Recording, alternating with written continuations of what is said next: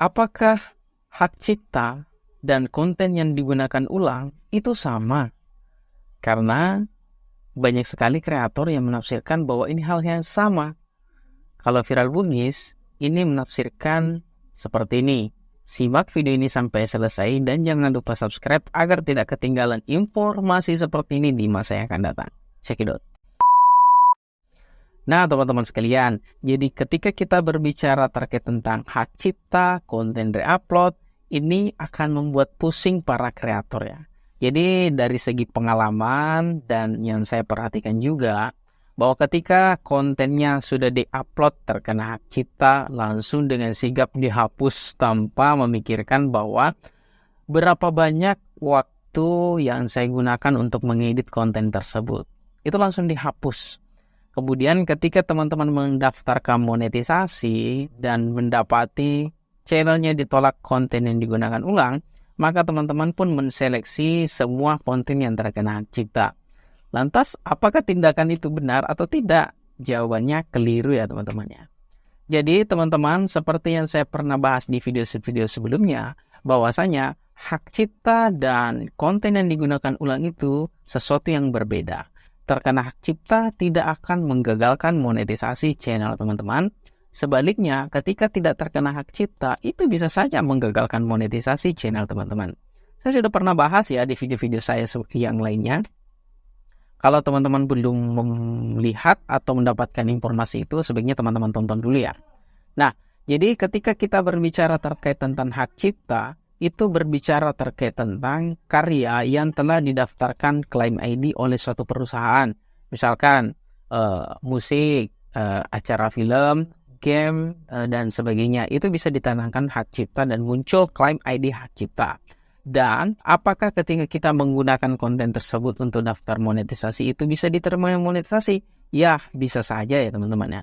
Sedangkan untuk konten yang digunakan ulang merupakan konten yang sama persis dengan aslinya. Sehingga dikatakan konten yang digunakan ulang. Bukan berarti mereupload saja itu sudah konten yang digunakan ulang. Tapi konten yang identik dan persis sama.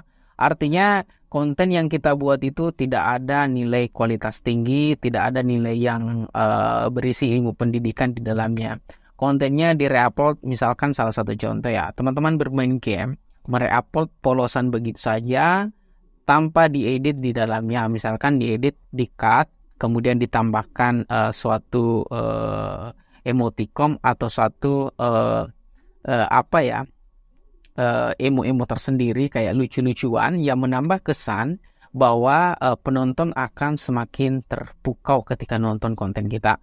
Kalau misalkan teman-teman mereupload polosan saja seperti yang kebanyakan ya, baru-baru ini kan Resident Evil remake ya, banyak kreator yang memainkan game tanpa menampilkan wajahnya, dan itu sudah banyak di YouTube ya, dan itu tidak bakalan diterima monetisasi karena itu akan dikatakan konten reupload. Beda halnya ketika channel sudah monetisasi. Nah, sehingga apa yang bisa kita simpulkan bahwasanya konten hak cipta dengan konten reupload merupakan sesuatu yang berbeda.